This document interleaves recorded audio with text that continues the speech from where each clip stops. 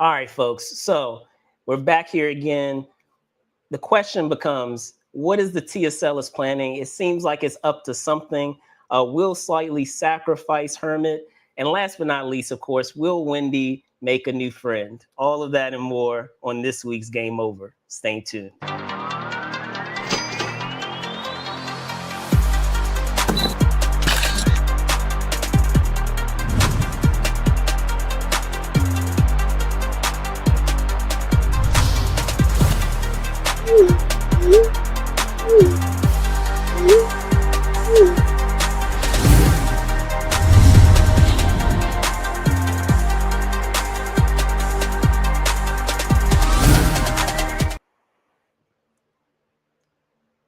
All right.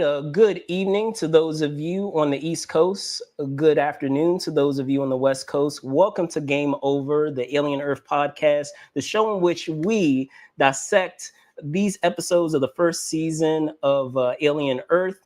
And when I say we, I mean myself and my guest hosts each week. I'm your host, Brandon Troy, and the subject of this week's show will be episode 4, known as Observation. If you've been here before, you know what the drill is. We're going to go into a brief synopsis of the episode to start. And then, of course, after that, I'm going to introduce our guest this week.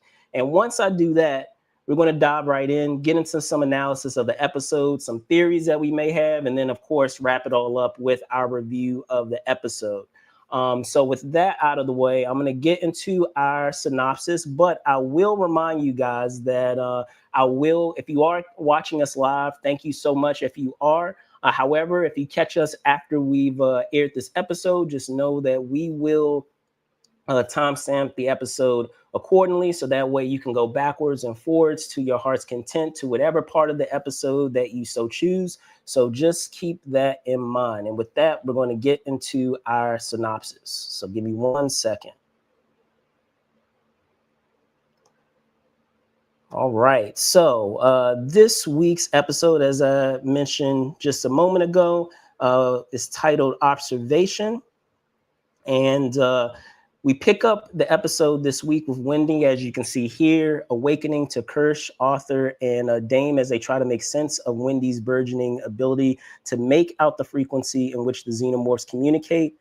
Shortly afterwards, Cavalier and Curly, followed shortly by Hermit, enter as Arthur and Dame mutually share their concerns on the matter. Cavalier ignores these concerns and pushes matters further by encouraging Wendy to focus harder on her special ability. Afterwards, we find Hermit spending quality time with his sister in her room and also reconnecting with members of his search and rescue unit. Meanwhile, Morrow continues his efforts to manipulate Slightly by putting him on a mission to steal a xenomorph egg.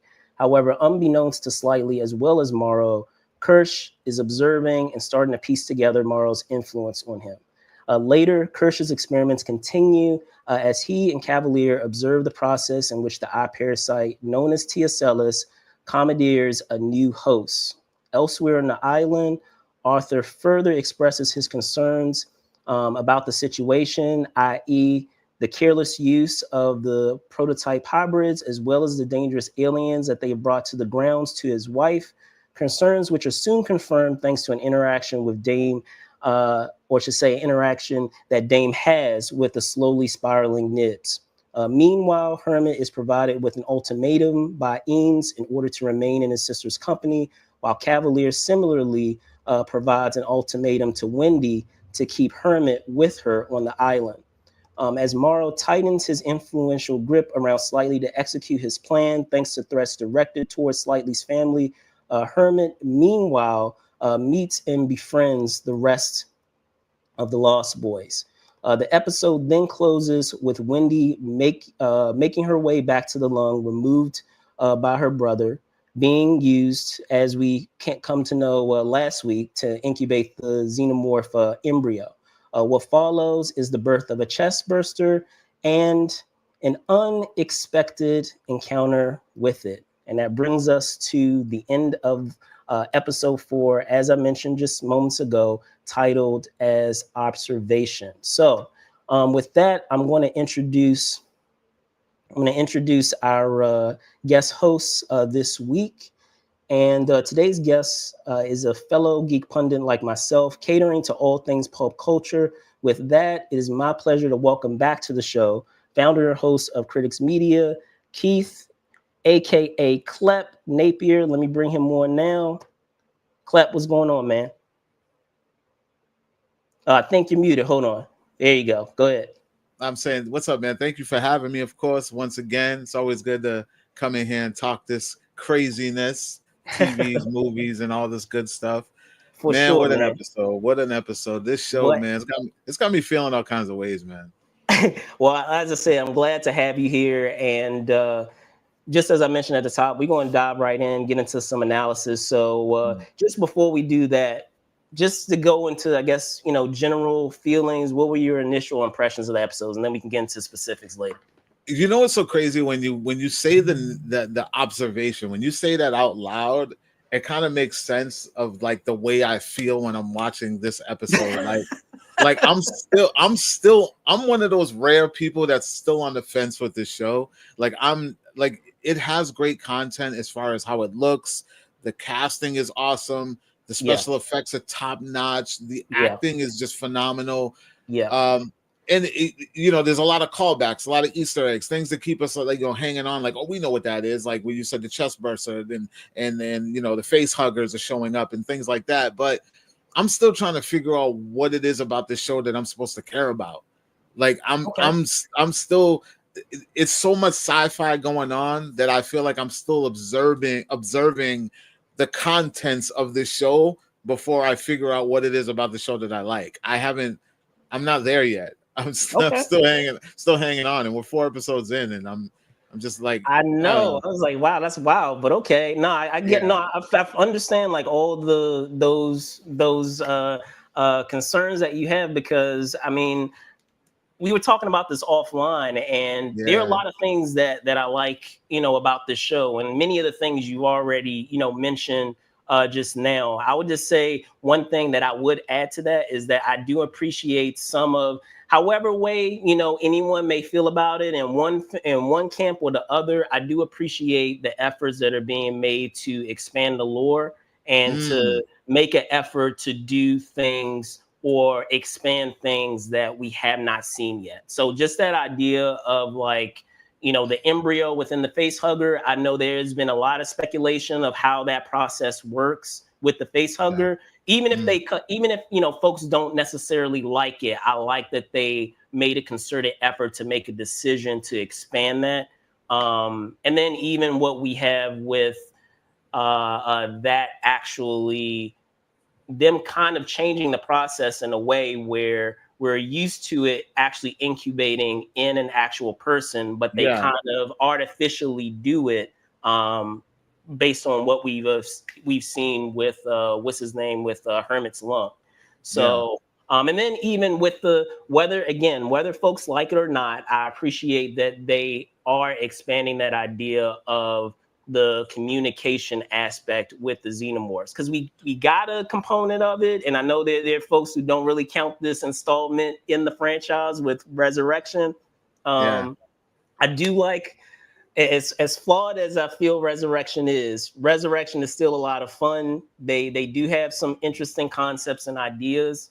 However way folks may feel about it, I can at least appreciate that. And they kind of allude to the idea of being able to communicate with the xenomorphs, but it hasn't been done this definitively, I feel, until the show. Because before it felt like with the cloned Ripley that it was more of an instinctual thing, more so than an actual communication between two entities or two parties. So I do appreciate that component. I do like things are finally coming to a head where we are seeing some of the hybrids starting to crack a little bit. Like we were seeing it. We saw it, as I mentioned, we have it with going on with Nibs. We have her issue with her seemingly having a post-traumatic stress. We have the issue with Curly where she's trying to compete against Wendy.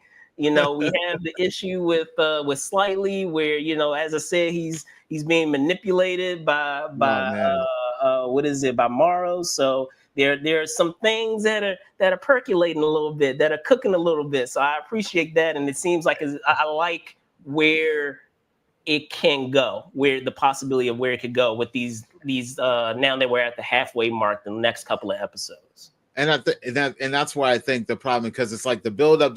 Like episode 1 had me like where you are, where you're talking about. I felt that expansion of the universe in episode 1. I was like, okay, it gave us a little bit of what we know, but now they're introducing different things. And then going into episode 2, it was still right there. I'm like, all right, there's so many other avenues that this thing is trying to take us. But now it's just like, all right, a lot happened in this episode, where I'm just like, all right, but what are we supposed to be focusing on right now? That's where my mind is.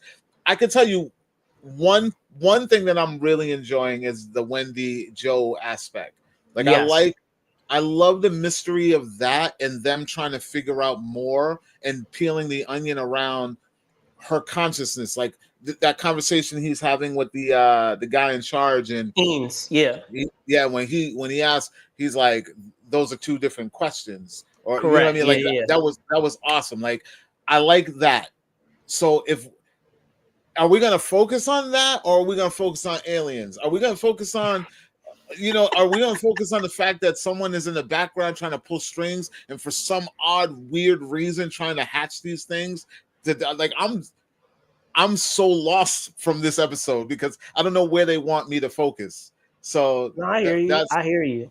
And I mean, that's those are valid. Like, I understand where you definitely can feel where you're coming from with that. So I mean, with that in mind, I feel like that is a great segue into, you know, further analysis of the episode and going to some themes that, you know, I was able to, I feel like, unwrap from this episode. And it's one that has popped up in other episodes thus far, but I feel like it comes up again, considering that idea of observation, where you have that idea of imprisonment versus having your own agency. We've seen it a lot throughout the episodes that have aired thus far, where the hybrids seemingly don't have any type of agency of their own, no matter how much capability they have, how strong they are, how smart they are. All components or facets of their being are controlled in some type of way. And we get it again, even in this episode. In prior episodes, you know, we've come to understand that anything that they see is recorded. So they don't have any privacy in that regard. We have instances of that where Nibs brings up the fact that they didn't really have control over what they were named under this new guise as the hybrids. So there's, you know, loss of agency there of having your own identity. And then even in this episode, which I found fascinating, is that they were controlling her very hearing. So like they were preventing her from actually being able to hear what was happening and what they were discussing. And it was done purposely so that way she wasn't able to hear what they were discussing. So like I found that idea fascinating, and how we have instances where on the other end of it, we have that idea of having agency and having power. You know, Cavalier has power. He's able to dismiss people at the drop of a hat. He doesn't really have to say anything. He even has control of people's movement, where just at a snap of a finger or beckon, he can just dismiss people. So what are your thoughts on that, of us having that and that continual kind of conflict that's happening there, that we probably, I'm guessing, is going to continue? Listen, there's no doubt that there are so many great narratives thrown in the mix. It's just a matter of, are they all going to get tied up, or are we going to be left hanging? Are some going to get tied up and then we're going to be left hanging? I think this is a great narrative for the show, and a great addition and a great storyline. I absolutely hate Boy Cavalier. Like that I don't even like his face. When I see him get on the screen, he's a punchable face.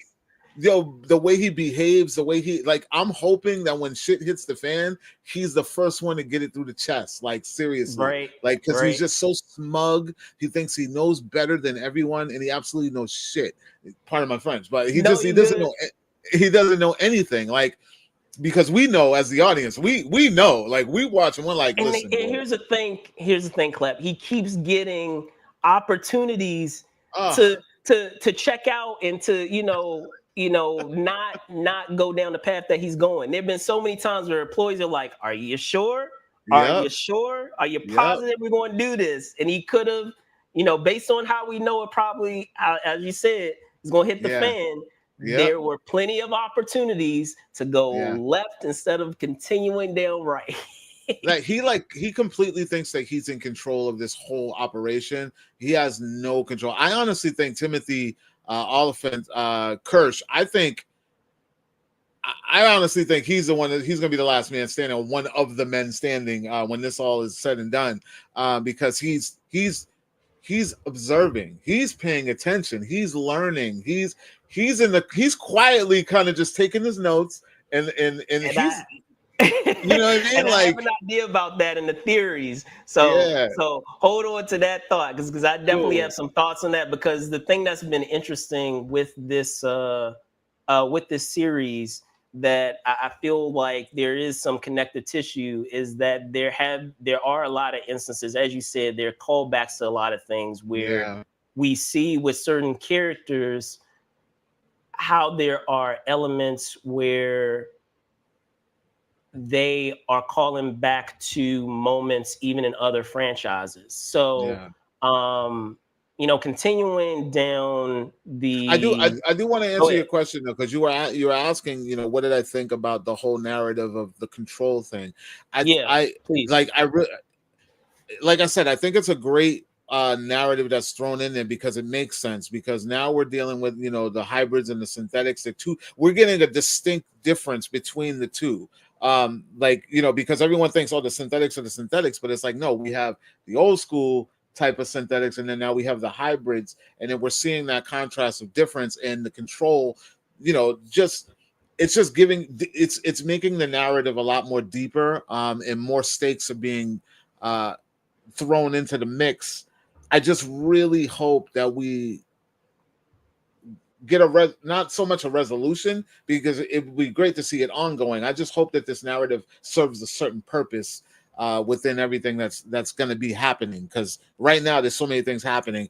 I don't want that to get lost in the shuffle of action, or whatever twist or turn they throw in the mix with characters, because I think that contrast, because we're already seeing that build. There's like two separate things going. Like we have the synthetic and the hybrid, and the background sneaky stuff, and then the control stuff with Cavalier. It could go so many ways. I like it, but I just hope it doesn't get lost in the shuffle. So it sounds like you you're concerned that they're not going to be able, in a satisfying way, an effective, satisfying way, to be able to wrap up all these interesting ideas that they are presenting and questions that they're Yeah, presenting. or even in a way where it just kind of makes sense. Like you have the push and pull between authority and master creator Yeah, and child and creation, and then you have this narrative of the old tech kind of going rogue and trying to manipulate the system from the outside. Like, I don't understand. I don't get it. I don't understand. That's Morrow's character, right? That's the yeah, guy. yeah, Yeah. yeah. Morrow. Like, I don't understand his motive. Like, he seems vindictive but he's always seemed like that since the moment he got in. Where he was like trying to tell these guys that you feel like you feel, or like it's just I don't understand what his motive is. Like, I don't. Why is he so damn angry? I don't understand. Well, hopefully, I mean, they do give us some insight. I know he's kind of shed some peek into his background about being a father. We don't know if it's true, or if he's lying, or if he's being Yeah, truthful. But if he is, in fact, being truthful, maybe. in these 4 episodes, he either shares it or visually they provide us some insight into that. Because if Yeah. it is true, then perhaps, and I have no proof of this, but perhaps Yeah. there is something that he just feels highly um connected to with what is it, with Utani's the current Utani's ancestor, where he feels obligated to her uh Yeah. in some type of way based on what she did for him. And maybe it's tied to him being a cyborg, where maybe he was in a dire situation and, you know, turning him into a cyborg saved his life, and maybe, they weren't able to save the family that he Mm. had. But because he was at least able to be saved, he felt that he was obligated, to helping Utani, and by extension, the descendant of Utani.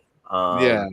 But another one that I want to, get your thoughts on before we get into some theories is Mhm.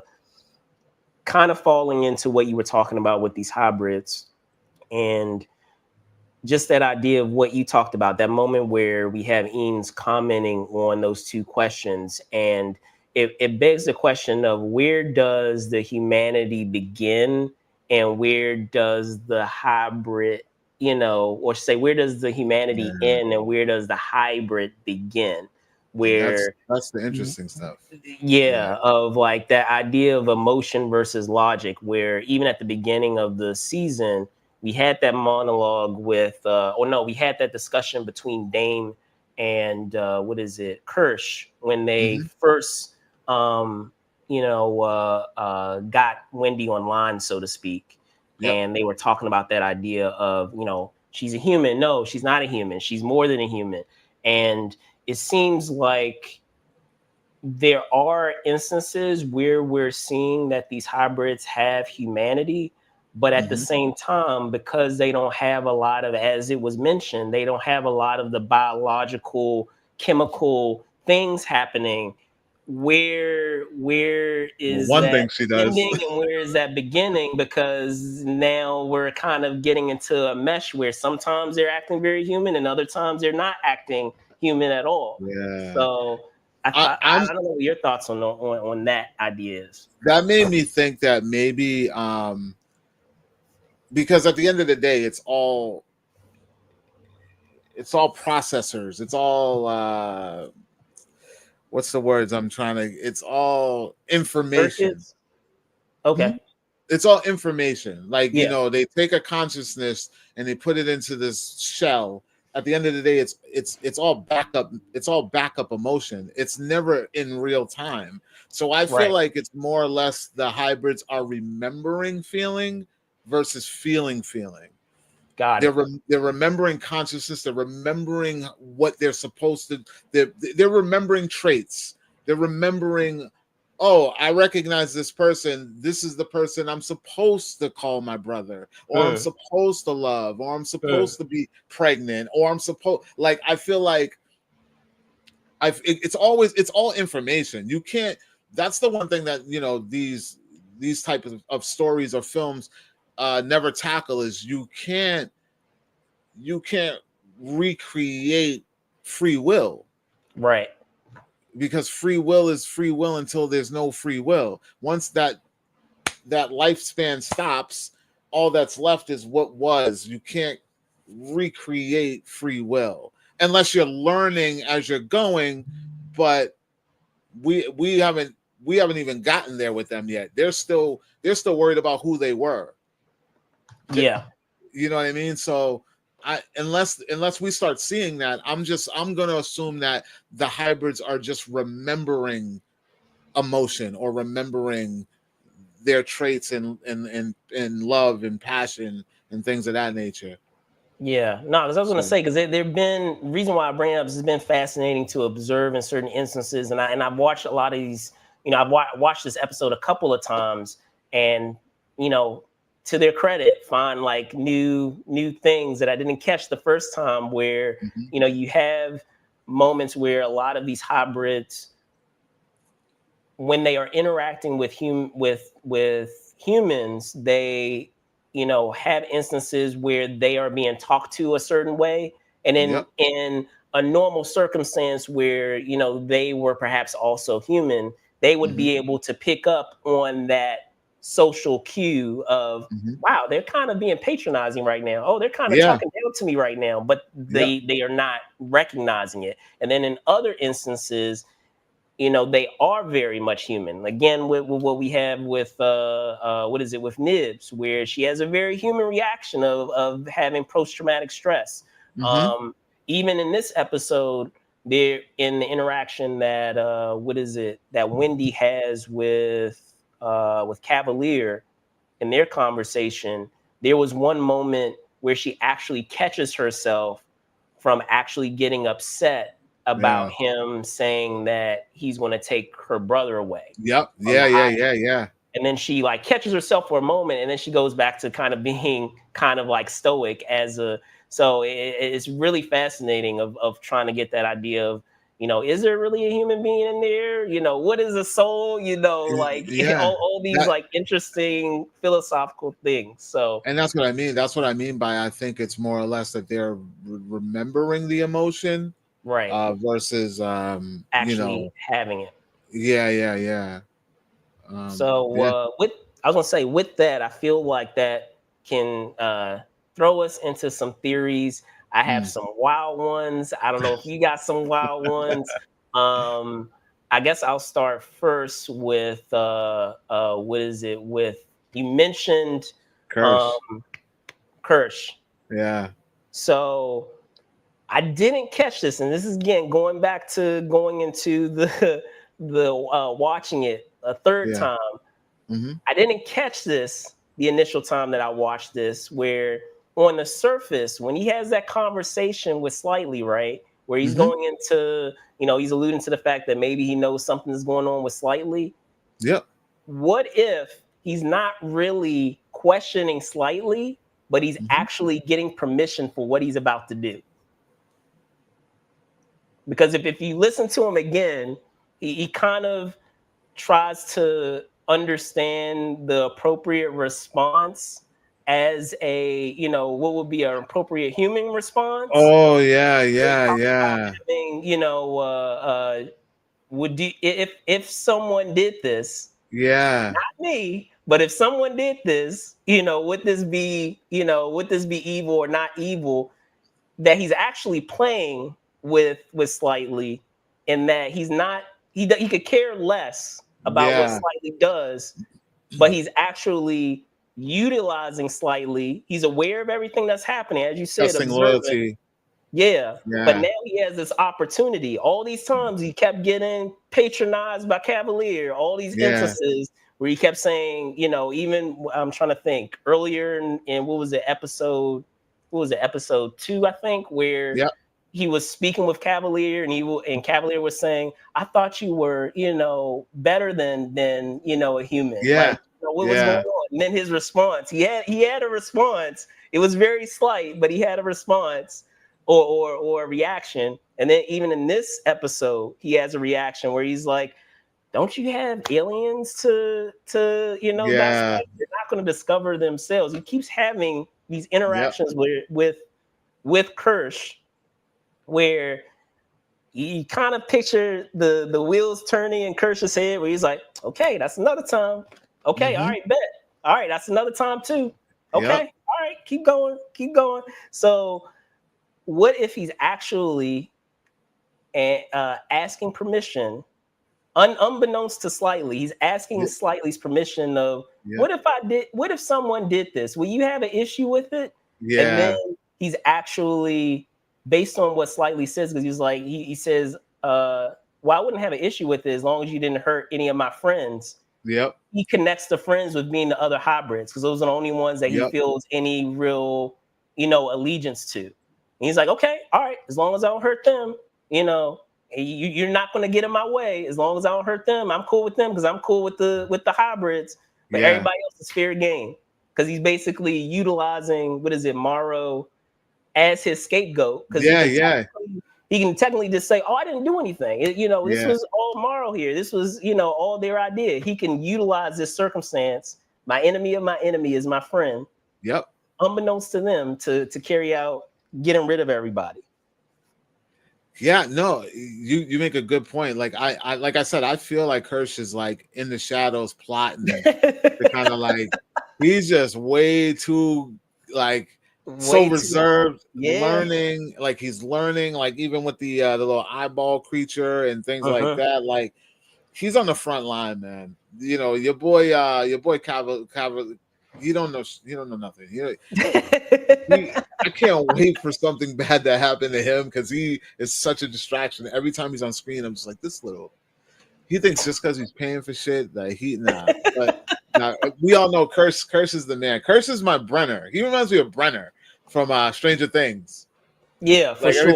every time I see Kirsch, I'm like, yo, he reminds me of like Brenner. But I was gonna yeah, say, no. go ahead. Go ahead. What were you gonna say? No. Yeah, no. I think for me, my theory is that at some point there's going to be a turn. Like he's going to turn on Cavalier. Either he's going to throw him to the wolves, or he's going to take control, or Cavalier is going to be x'd out because of him, or something's going to happen, and we're going to be seeing Kirsch as the man going forth by the end of Yeah. it all.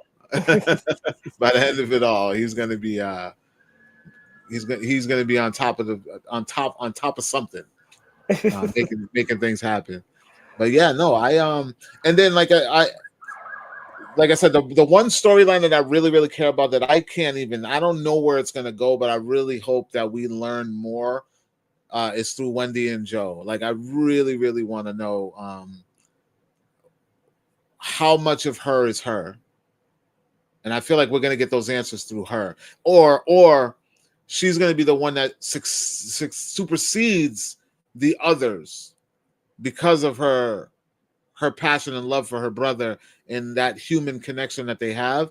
I feel like she may outdo or outshine the others in growth. She's already speaking, to the aliens. She's already speaking their languages. She's learning as she's going. The others really aren't. For sure. And I You was gonna know. say, commenting on how it, because you mentioned Easter eggs, right? Connecting it Mm, to other movies and what we see in other movies, where we have a lot of these androids that are kind of nefarious in their mm-hmm, plans.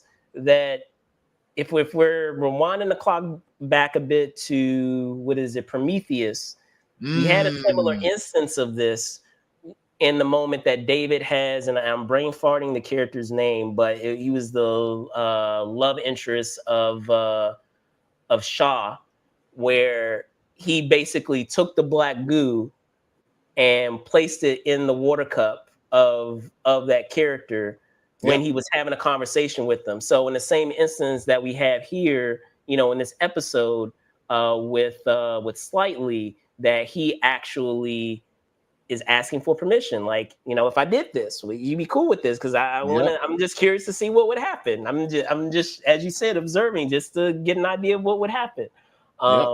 But are there any theories that you have sparked in your head, of what might be on the way?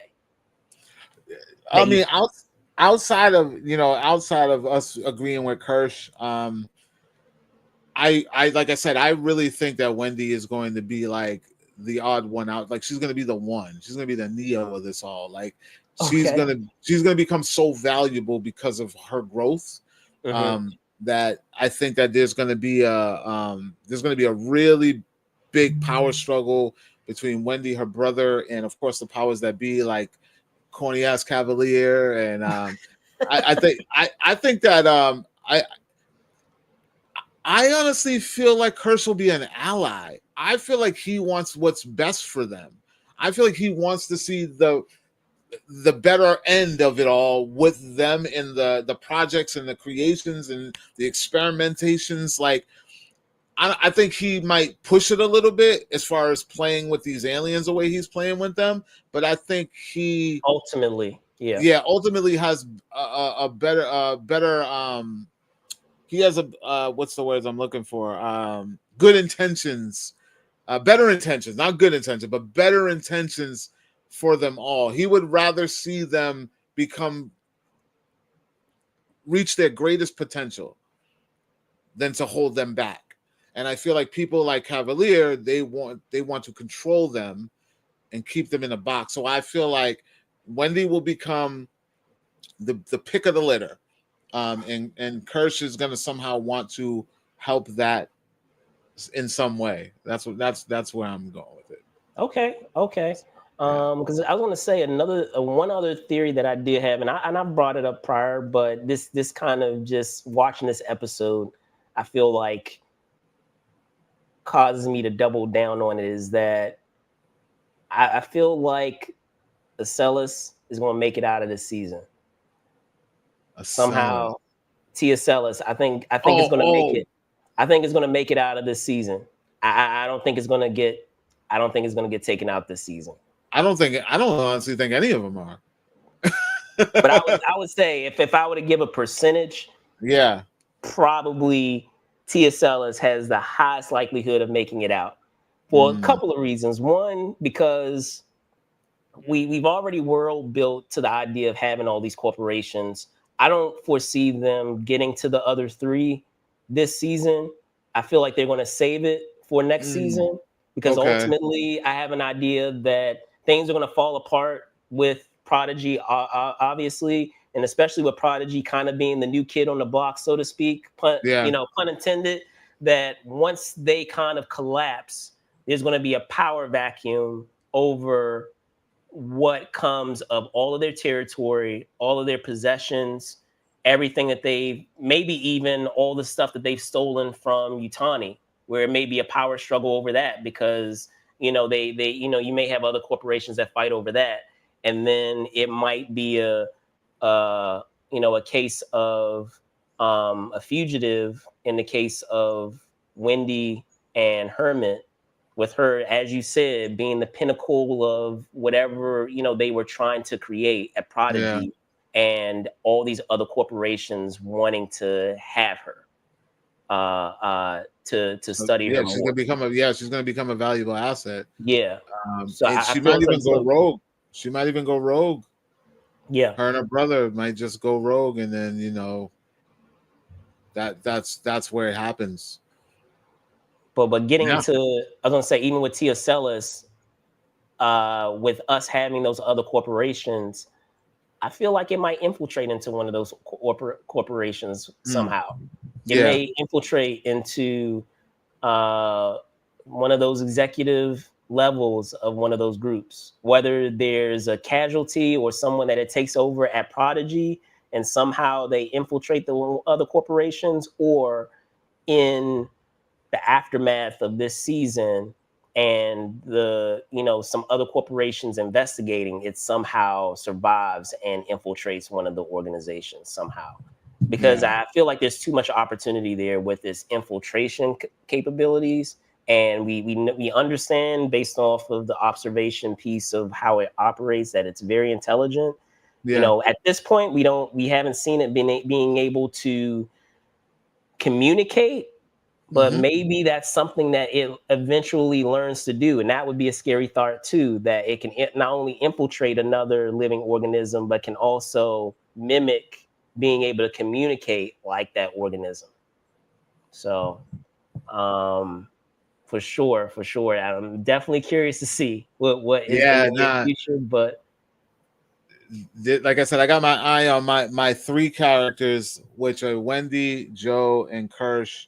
Everybody else can kick rocks. Until I see what the point is of Morrow and what he's really up to.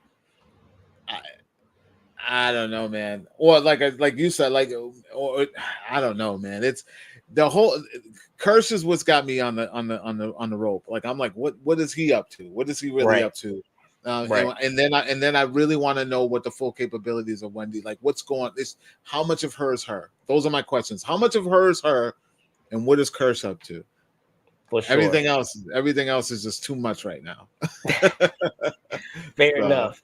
Well, as we're wrapping up now and getting into the review part of keeping up with the Joneses, you appreciate this. What are your thoughts if we are labeling it based on a number of Jonesies, with 5 being, a perfect episode, and then trickling down with 4 being a good episode, 3 being average. What would you rate the episode? You know what's so crazy? As much as I feel like it's convoluted and I feel like there's just too many narratives, I'm gonna still give it a 4 because I still think that there's a lot to look forward to just based off of this episode. Like Okay. there's enough there to be like, I gotta come back for 4 because I want to know which one of these narratives are gonna move forward. Yeah, yeah, and I agree with Gilliam here. Timothy is killing this role. Yeah. I don't know if at any point they will have him and David, join forces at some point, because we know synthetics, are long lived. We'll Yeah. see. But I second, everything that you said as well. Kind of hopping off of or expanding what I had mentioned earlier. I love a lot of the things they have expanded. I love the fact that they did not rely solely on the xenomorph. That could have Mm, really made this show kind of dry if it was strictly the xenomorph. And don't get me wrong, the xenomorphs are cool. The mm-hmm, fact that they can hybridize with any host that they're with is really mm-hmm. cool. But adding these new aliens, provides a new wrinkle. It provides, some interest of what these, creatures are capable of. Yeah. It was fascinating to, and this was back at Comic-Con. It was fascinating to hear, what is it, Noah, the showrunner, talking about why he introduced these aliens, and the fact of introducing something that allows you to re-experience what it was like with the first movie, where Yeah. we're so familiar with how the xenomorphs work and what their life cycle is, that it's kind of taken the fear and the mystique out of those creatures. Don't get me wrong, they can still be scary and, Mm-hmm. Acid blood, fearsome in all that. terms of what they can do. But we Yeah. know so much about them at this point that a lot of the fear comes of what's the unknown. And since we have some unknown with these other creatures, it gives us some idea of re-experiencing that, and Mm. having that component of, okay, what are these creatures about, what can they do, like, how does their life cycle work. I mean, at this point, man, as wild and crazy as those I guess those ticks are, we probably still haven't seen what they fully become. They may actually have a whole other stage to their life cycle that we have not even seen yet. We still haven't seen our plant alien yet. Like, we got a tease of what it does, but we still don't know what it's done. And there's a whole other creature that still has yet to How even be shown. Like, they how about teased it. how about one more theory before we go? Yes, please. The xenomorphs are on our side I thought about that. I because did think she can about that. communicate. Because Yeah. she can communicate. What if they were never really our enemy and they end up becoming an ally during all these other? I know it's far fetched. I know they did this with Predator. I No, I know. believe you. I guess what my issue is that by this is not me going on a rant, folks, but please don't Disneyfy our xenomorphs. No, Don't I don't get don't that, make them good guys. but you Don't also don't make them good guys. you gotta understand, right? I mean, they did this with the Alien versus Predator. Yeah, they There did it with has the to be Predator. there has to be an apex. Who's the Yes. apex? Yeah. Who's the apex? We don't even know who's the apex between Alien and the Predator. Like, who's the Yeah. apex? Yeah. So we're afraid of the xenomorphs, but there's got to be something badder out there, something worse. I get you. And hopefully they're able to find a balance where, if that is the route that they're going, Yeah, that they make it more of an anti-hero thing, where it's yeah, still the creature that it is, and the only reason that it's behaving that way is just because of the luck of the draw, of that circumstance, of that connection that it has with Wendy, yeah. where just because she's able to communicate with it, that she can somehow reason with it, because Yeah. I would have a problem if they try to not nullify the xenomorph, but to make it uh you know It's uh Hulu. yeah, I know. I just hopefully they're able to fund because we've seen examples of that where the enemy of my enemy is my friend, where Mm. it's still the gruesome creature that it is, but because of the circumstances, we're going to tolerate each other. We're going to somehow tolerate each other and deal with each other because we have something worse than us versus it strictly being, oh, okay, you're cool now. I like Yeah, you. Now all yeah, xenomorphs are cool now. Like yeah. all of them are peaceful and everyone's pet now. So I Now it don't has know. to be. Hopefully It they just has strike to a be these ones. It just has to be these ones. But that's where my mind went. Just the ones that are on board right here. Fair enough, man. Well, getting into my review, if it because I didn't give a number of cats, I agree with you. Same thing. I would give it Yeah, four cats as well. It's a good episode. That's funny. Yeah, exactly. Just like a Terminator T-800Z. yeah, yeah, For sure, for yeah, sure. yeah. But um, if I were to grade it, I'd definitely give it four Jonesies as well. Not a perfect episode, but I do like Mm, the fact that they continue to expand the lore. I do like what the things that they are teasing with these hybrids. mhm. And I'm very curious. They have kept my interest of where they're going to go Yeah, with their stories. yeah. Are we going to see an instance where all the hybrids are teaming up as a group, or will there be a civil war within the hybrids where some are siding with Cavalier and others, are rebelling? I think, Um, yeah, and I think if they do that, it's going to be against their will. It's not going to be because they don't like Wendy. I just think they just don't know better. cool, cool. Well, with that, we're going to wrap up this episode. Keith, as always, man, it's always a pleasure to have you on. Hey, man, Before thank I you. let you go, can you tell folks where they can find you? So simple. I am Klep CX everywhere online. And if you want, movie news, television news, and pop culture, you guys check out wearecritics.com. I have a brand new podcast that I'm doing called the Screening Room Podcast that you can get through via YouTube at the Screening Room Podcast. Oh, it's actually at Critics TV on YouTube. Sorry. Critics TV on YouTube, or We Are Critics with an X on Instagram, or the Screening Room Podcast on Instagram. So yes, that's where you can find us. All right, excellent. Well, as I said, pleasure to have Keith on here. I am your host, Brandon Choi, co-creator of Movers and Shakers Unlimited. You can find me at Brandon Choi ENT on X, and then Brandon Choi _ENT on Instagram. With that out of the way, thank you guys so much for watching. Be safe out there, and peace out. See y'all soon.